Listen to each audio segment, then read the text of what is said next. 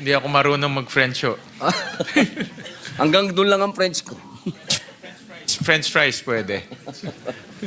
Marami lang po akong mga gustong tanungin pero Magandang araw mga kababayan, ito po ang News That Matters at ating panonoorin dito mga kababayan itong mga kababayan natin na dyan sa Cebu hinamon ni Senator Robin Padilla itong gobyerno na to na mabigyan naman sila ng mga bahay kasi nga po nasalanta yung kanilang mga kabahayan dahil dito sa pagbaha mga kababayan. Ito hinamon po ni Robin Padilla itong National Housing Authority dito sa Senate hearing na to mga kababayan. Panonoorin po natin. Pero bago tayo tumulak dyan, isang share, like, subscribe lamang po masaya na po tayo para updated po tayo sa mga kaganapan dito sa ating bansa. Eto mga kababayan, tumulak na tayo dito sa video na to. Magandang araw mga kababayan, eto po ang News That Matters at ating panonoorin dito mga kababayan itong mga kababayan natin na dyan sa Cebu hinamon ni Senator Robin Padilla itong gobyerno na to na mabigyan naman sila ng mga bahay kasi nga po nasalanta yung kanilang mga kabahayan dahil dito sa pagbaha mga kababayan. Ito hinamon po ni Robin Padilla itong National Housing Authority dito sa Senate hearing na to mga kababayan. Panonoorin po natin pero bago tayo tumulak dyan, isang share, like, subscribe lamang po masaya na po tayo para updated po tayo sa mga kaganapan dito sa ating bansa. Eto mga kababayan, tumulak na tayo dito sa video na to. Interpolate the budget of the depot. May we recognize Senator Robin Hood Padilla, Mr. President? Senator Robin Padilla is recognized.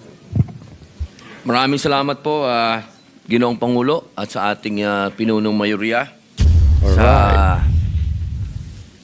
pagbanggit po sa aking bisita. La patrie ou la mort, nous vaincrons. French. Fatherland or death, we shall overcome. Opo, pwede po bang magtanong sa atin pong mahal na kaibigan, Pero Senator wag in Einstein? French. Hindi ako marunong mag-French ho. Hanggang doon lang ang French ko. French fries pwede. Marami lang po akong mga gustong tanungin pero ang lahat po na yon ay nabanggit na po ni Senator Risa kaya ang mangyayari po sa akin ay manifest lang. Pero meron po akong video bago po ako mag-manifest. Ready na?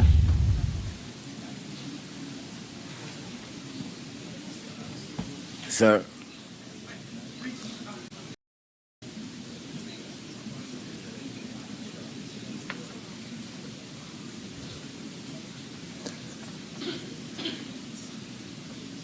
Ito po ay kuha sa Cebu.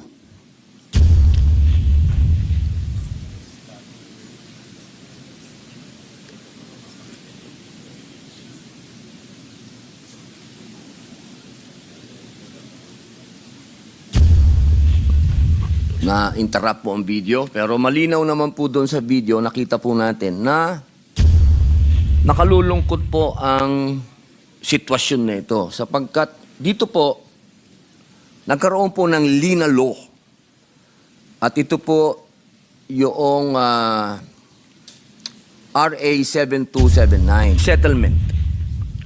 Within 2 years from the effectivity of this act, the local government units, in coordination with the National Housing Authority, shall implement the relocation and resettlement of persons living in danger areas such as esteros, railroad tracks, garbage dumps, river banks, shorelines, waterways, and other public places such as sidewalks, roads, parks, and playgrounds.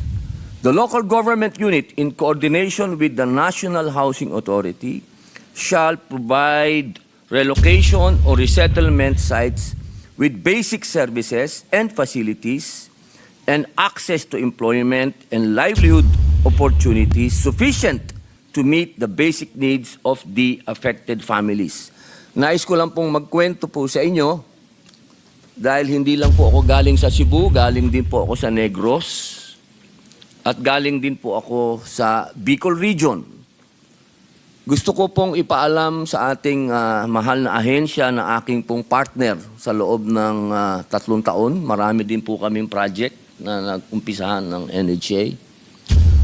Gusto ko pong iparating po sa inyo na karamihan po sa mga napuntahan kong tamaan ng kalamidad, isa lang po ang kanilang kahilingan. Sila po ay maalis sa lugar na yon at mailipat sa isang lugar na sila po ay safe. Nakikita niyo po yan? Kalsada po yan, naging waterfalls na. Ganyan po ang sitwasyon. Gusto ko pong malaman po din ninyo na sila po ay hindi ko malaman. Pinayagan ng local government na tumira itong mga taong ito sa riverbanks, sa mga tinatawag po nating daanan ng natural na tubig kapag umuulan. At yung iba ginawa pang barangay. Hindi ko po talaga maintindihan paano nangyari yon na itong mga taong ito ay pinayagan doon tumira. At noong nandoon po ako at nakipagtalakayan sa kanila, ang sabi po nila sa akin, wala daw pong ino-offer na resettlement o relocation sa kanila ang NHA. Nakalulungkot po dahil kinausap ko po yung local government, dribble ang nangyari. Ang sabi po, tinuturo naman po kayo. Kasi ang sabi sa batas, sila ang mag-aalis, kayo ang magre-resettlement. Ang nangyayari po, turuan. Hindi po ako magtatanong na. Ako po yung nagmamanifest lang. Ang nangyari pa po, dumating pa yung isang ahensya ng gobyerno, imbis na ang i-offer sa kanila ay resettlement o ialis doon, magbibigay lang daw po ng bubong at kahoy. Ibig sabihin, dyan pa rin kayo titira. Pag dumating uli yung baha, bahala na kayo sa buhay ninyo. Parang ganun po. Gusto ko lamang pong ipaalam sa lahat na dyan po sa Cebu, meron pong namatay dyan, 8 sa isang pamilya. 8. Isang pamilya po yun, 8. Doon po sa Negros, 14. Isang pamilya. Kaya sayang po, kitang-kita po natin, no? Nandiyan po sila sa pambihira, oh. Kaya sana po, tatagal lang po tayo dito kung magtatanungan pa tayo. Baka po sa 2026 na ako magtatanong kung ano po ang ginawa ninyo dito sa nangyayari na to sa ating mga kababayan. Mga mahal kong nasa gobyerno, hindi na po namamatay sa lunod sa tubig ang ating mga kababayan. Namatay po sila sa lunod sa putik. Nung pumunta po ako, lagpas tao ang putik. Hindi na po makita. Yung pong isang pamilya, hindi nila nakita na yung kapatid niyang 3 dahil nalibing na po sa putik. Kaya sana po, ito po ang tingnan natin. Ito po ay urgent, emergency na po ito. Kailangan po natin itong aksyonan na ngayon na dahil baka may dumating na naman na bagyo. Sabi po tayo ng sabi na ito na ang sitwasyon natin. Mas lalakas ang bagyo, mas dadami ang baha. Ito po ang panahon para ipakita natin talaga na ang ating gobyerno ay re-responde sa taong bayan. At ito po ang kailangan sa ngayon na. Ma-resettle po sila, ma-relocate po sila. Diyan po sa Negros, ako na po mismo naghahanap ng lupa para sa kanila. Ang sagot sa akin, hindi dito. Mahirap humanap ng lupa dito dahil puro asindero dito. Makakaaway natin dito ang mga asindero. My goodness gracious. Kaya sana po, mga mahal kong kababayan sa ating gobyerno at sa inyo po, tulungan niyo po ako. Sa 2026 na po ako magtatanong. Maraming salamat po.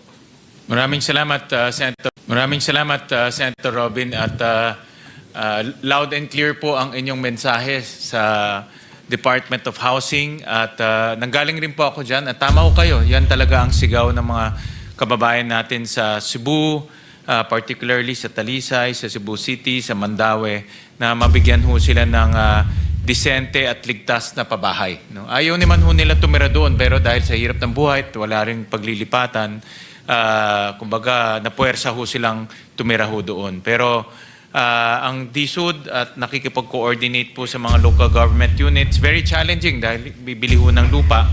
Pero nagko-coordinate ho sila para po mailipat itong mga pamilyang ito sa mga danger zones. Narinig po natin itong si Senator Robin Padilla. Talagang napakaganda po ng iyong presentation. Grabe yung idinulot ng Bagyong Tino dito sa ating mga kababayan. Salamat po sa iyo, Senator Robin Padilla. Hinamon ni Senator Robin Padilla itong National Housing Authorities na ma-relocate itong ating mga kababayan para naman na mailipat sila at delikado po dyan kapag may bagyo na naman. Meron ho naman tayong budget kaso nga lang mga kababayan inubos po ng mga buhaya na to, my goodness gracious. Tignan mo yung nangyari na yan, halos mangiyak-ngiyak po sila nung nakonsensya po yata sila dahil nga nakita nila yung mga pamilya, ang daming Pilipinong namatay dyan. Itong gobyernong kurakot na to mga kababayan. Dapat talaga ito, qualified po sila sa crime against humanity. Qualified sila yan, yun mga dapat sa kanila, dun na dumiretso sa dahig mga kababayan at pauwi na lang itong si Tatay Digong natin. Sobrang garapal tong gobyerno natin mga kababayan, lahat na lang ng ahensya na wala ho silang improvement mga kababayan. Nakakasawa na rin to na puro natin napapanood yung mga kakapalpakan nila. Dapat lang talaga makulong na tong mga buhayang to mga kababayan. Hanggang dito na lang ho muna tayo mga kababayan, maraming salamat po. Isang share, like, subscribe lamang po para updated po tayo sa mga kaganapan dito sa ating bansa. Ito po ang News That Matters mga kababayan. Mag-iingat po kayo palagi and God bless.